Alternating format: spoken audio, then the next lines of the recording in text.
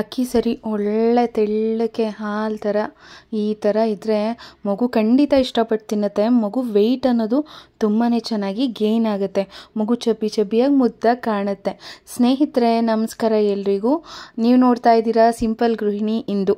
ನನ್ನ ಚಾನೆಲ್ಗೆ ಆತ್ಮೀಯವಾದಂಥ ಸ್ವಾಗತ. ಇವತ್ತಿನ ವಿಡಿಯೋದಲ್ಲಿ ಮಗುವಿಗೆ ರುಚಿಕರವಾದಂತಹ ಅದು ಸ್ಟಾರ್ಟಿಂಗಲ್ಲಿ ಅಕ್ಕಿ ಸರಿ ಕೊಡ್ತೀರಾ ಅಂತಂದರೆ ಯಾವ ಥರ ಮಾಡೋದು ಅಂತೇಳಿ ಶೇರ್ ಮಾಡ್ತೀನಿ. ವಿಡಿಯೋನ ಸ್ಕಿಪ್ ಮಾಡದೆ ಕೊನೆ ತನಕ ನೋಡಿ. ಕೆಲವರು ಕಮೆಂಟ್ಸ್ಗೆ ಹಾಗೆ ವಿಡಿಯೋ ಮಧ್ಯೆ ರೀಪ್ಲೈ ಕೂಡ ಮಾಡ್ತೀನಿ. ಮೊದಲನೇದಾಗಿ ಸ್ಟಾರ್ಟಿಂಗ್ ಮಾಡ್ತೀರಾ ಈ ಒಂದು ಅಕ್ಕಿ ಸರಿ ರೆಸಿಪಿ ಅಂದರೆ 2 ಸ್ಪೂನ್ ಆಗೋಷ್ಟು ಅಕ್ಕಿನ ತೊಗೊಳ್ಳಿ, ಸಾಕಾಗುತ್ತೆ. ಸ್ಟಾರ್ಟಿಂಗ್ ಮಾಡ್ತೀರಾ ಅಂತಂದರೆ ನಾನಿಲ್ಲಿ ವಿಡಿಯೋಗೋಸ್ಕರ ಒಂದು ಚಿಕ್ಕ ಲೋಟದಲ್ಲಿ ಒಂದು ಅರ್ಧ ಕಪ್ಪಷ್ಟು ಅಕ್ಕಿನ ತೊಗೊಂಡಿದ್ದೀನಿ. ಅದನ್ನು ಚೆನ್ನಾಗಿ ತೊಳ್ಕೊಬೇಕು. ಒಂದು 3ರಿಂದ 4 ಬಾರಿ ಚೆನ್ನಾಗಿ ತೊಳೆದು ಆಮೇಲೆ ನೀರನ್ನು ಹಾಕಿ ನೆನೆಸಿಟ್ಬಿಡಿ. ಒಂದು ಅರ್ಧ ಗಂಟೆಗಳ ಕಾಲ ಇದನ್ನು ಚೆನ್ನಾಗಿ ನೆನೆಸಿಡಬೇಕಾಗುತ್ತೆ. ನಾನು ಲಾಸ್ಟ್ ವಿಡಿಯೋ ರಾಗಿ ಸರಿ ವಿಡಿಯೋ ಶೇರ್ ಮಾಡಿದ್ದೆ, ತುಂಬ ಜನ ನೋಡಿದ್ದೀರಿ. ಥ್ಯಾಂಕ್ ಯು ಸೋ ಮಚ್, ಎಲ್ರಿಗೂ ಧನ್ಯವಾದಗಳು. ನೋಡಿ ಅಕ್ಕಿ ಅರ್ಧ ಗಂಟೆಗಳ ಕಾಲ ನೆನೆಸಿಟ್ಟಿದ್ದಾಯಿತು. ಇವಾಗ ನೋಡಿ ಇದನ್ನು ಒಂದು ಬ್ಲೆಂಡರ್ ಜಾರ್ಗೆ ಹಾಕ್ಕೊಳ್ತಾ ಇದ್ದೀನಿ. ಚಿಕ್ಕ ಮಿಕ್ಸರ್ ಜಾರ್ ಇದ್ದರೆ ಅದಕ್ಕೇನೆ ಹಾಕ್ಕೊಳ್ಳಿ. ಈ ಅಕ್ಕಿ ಸರಿ ಬಂದು ಪಟಾಪಟ್ ಅಂತ ಹೇಳಿ ಮಾಡ್ಕೊಳ್ಬಹುದು. ಆದರೆ ಅರ್ಧ ಗಂಟೆ ಮುಂಚೆ ಅಕ್ಕಿನ ನೆನೆಸಿಡಬೇಕು, ಕ್ಲೀನಾಗಿ ತೊಳೆದು.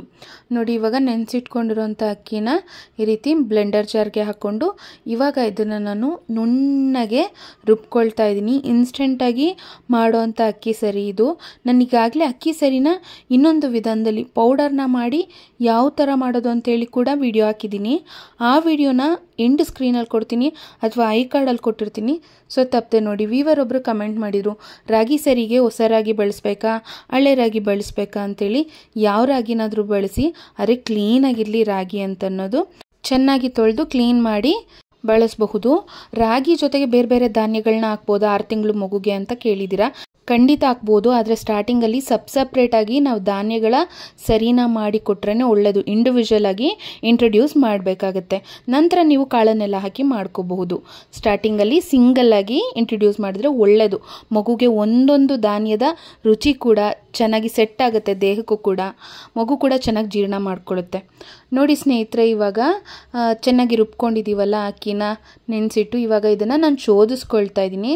ಈ ರೀತಿ ಚೆನ್ನಾಗಿ ಶೋಧಿಸ್ಕೊಂಡ್ರೆ ಒಳ್ಳೆ ಹಾಲು ಬಂದಂಗೆ ಬರುತ್ತೆ ನೋಡಿ. ಇದನ್ನು ಚೆನ್ನಾಗಿ ಶೋಧಿಸ್ಕೊಬೇಕು. ಒಂಚೂರು ತರಿ ಆ ಥರ ಎಲ್ಲ ಇರಬಾರ್ದು.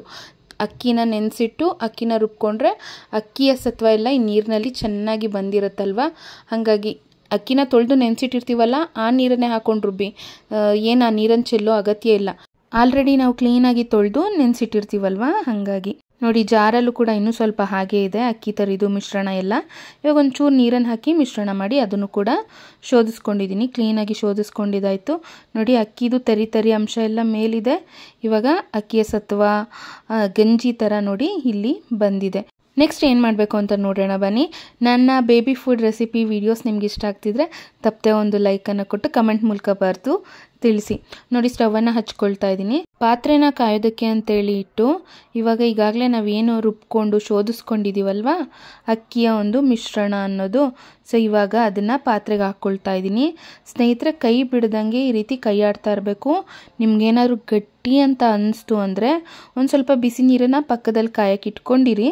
ಬಿಸಿ ನೀರನ್ನು ಹಾಕಿ ಚೆನ್ನಾಗಿ ಮಿಶ್ರಣ ಮಾಡ್ಕೊಳ್ಳಿ. ಕನ್ಸಿಸ್ಟೆನ್ಸಿ ಅನ್ನೋದು ಸ್ವಲ್ಪ ತೆಳುವಾಗೇ ಇರಲಿ, ತುಂಬ ಗಟ್ಟಿಯಾಗೋದು ಬೇಡ. ಇದನ್ನು ಒಂದು ಸ್ವಲ್ಪ ಹೊತ್ತು ಹೀಗೆ ಕೈಯಾಡ್ತಾ ಚೆನ್ನಾಗಿ ಮಿಶ್ರಣ ಮಾಡಿಕೊಂಡ್ರೆ ನೋಡಿ ಇದು ಕುದಿ ಬರೋಕ್ಕೆ ಶುರು ಆಗುತ್ತೆ. 1 ಚಿಟಿಕೆ ಆಗೋಷ್ಟು ನಾನಿಲ್ಲಿ ಜೀರಿಗೆ ಮತ್ತು ಮೆಣಸಿನ ಪುಡಿನ ಹಾಕಿದ್ದೀನಿ.